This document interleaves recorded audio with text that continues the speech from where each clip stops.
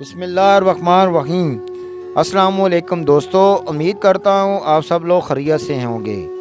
ایک گاؤں میں ایک باپردہ خاتون رہتی تھی جس کی ڈیمانڈ تھی کہ شادی اس سے کرے گی جو انہیں باپردہ رکھے گا۔ ایک نوجوان اس شرط پر نکاح کے لیے رضامند ہو جاتا ہے۔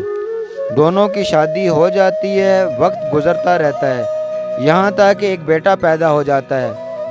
ایک دن شوہر کہتا ہے کہ میں سارا دن کھیتوں میں کام کرتا ہوں، کھانے کے لیے مجھے گھر آنا پڑتا ہے، جس سے وقت کا ضیاع ہوتا ہے، تو مجھے کھانا کھیتوں میں پہنچا دیا کرو۔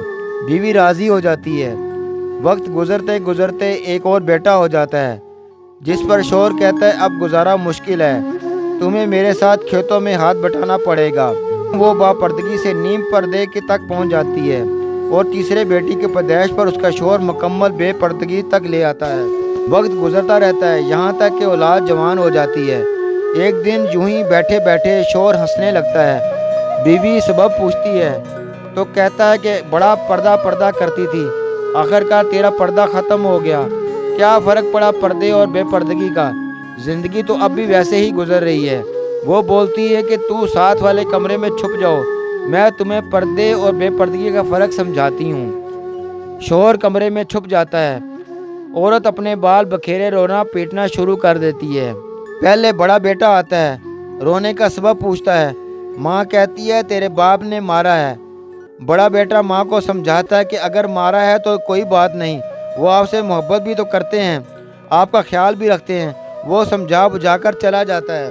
عورت پھر سے رونے کی ایکٹنگ کرتی ہے اور منجلے بیٹے کو بلا کر بلاتی ہے کہ تیرے باپ نے مجھے مارا ہے۔ منجلہ بیٹے کو غصہ آتا ہے، وہ باپ کو برا بھلا کہتے ہوئے ماں کو سمجھا بجھا کر چپ کرا کر چلا جاتا ہے۔ آخرکار عورت یہی ڈرامہ چھوٹے بیٹے کے سامنے کرتی ہے۔ چھوٹا بیٹا تو غصے سے آگ بگولا ہو جاتا ہے۔ وہ زور زور سے گالیاں بکتے ہوئے ڈنڈا اٹھاتا ہے اور کہتا ہے کہ اب بھی باپ کی خبر لیتا ہوں۔ پھر عورت شوہر کو بلا کر بولتی ہے کہ پہلا میرے پردے کی وقت پیدا ہوا تھا، اس نے تیرا پردہ رکھا، دوسرا نیم پردے کے زمانے میں پیدا ہوا، تیری آدھی لاج رکھ لی، کہ تیسرا جو مکمل بے پردگی کے زمانے میں ہوا وہ مکمل طور پر تیرا عزت کا پردہ اتارنے گیا ہے۔ جہاں عورت کا فطری تقاضا ہے جو خالق کائنات کی طرف سے حکم اور قاعدہ بھی ہے، تو وہاں اس کے گہرے اثرات بھی مرتب ہوتے ہیں، جس کو ہم آج اپنے معاشرے میں واضح طور پر محسوس کرتے ہیں۔ ہمیں چاہیے اپنی ماں بیٹیوں کو باپردگی کی نصیحت کریں۔ آمین۔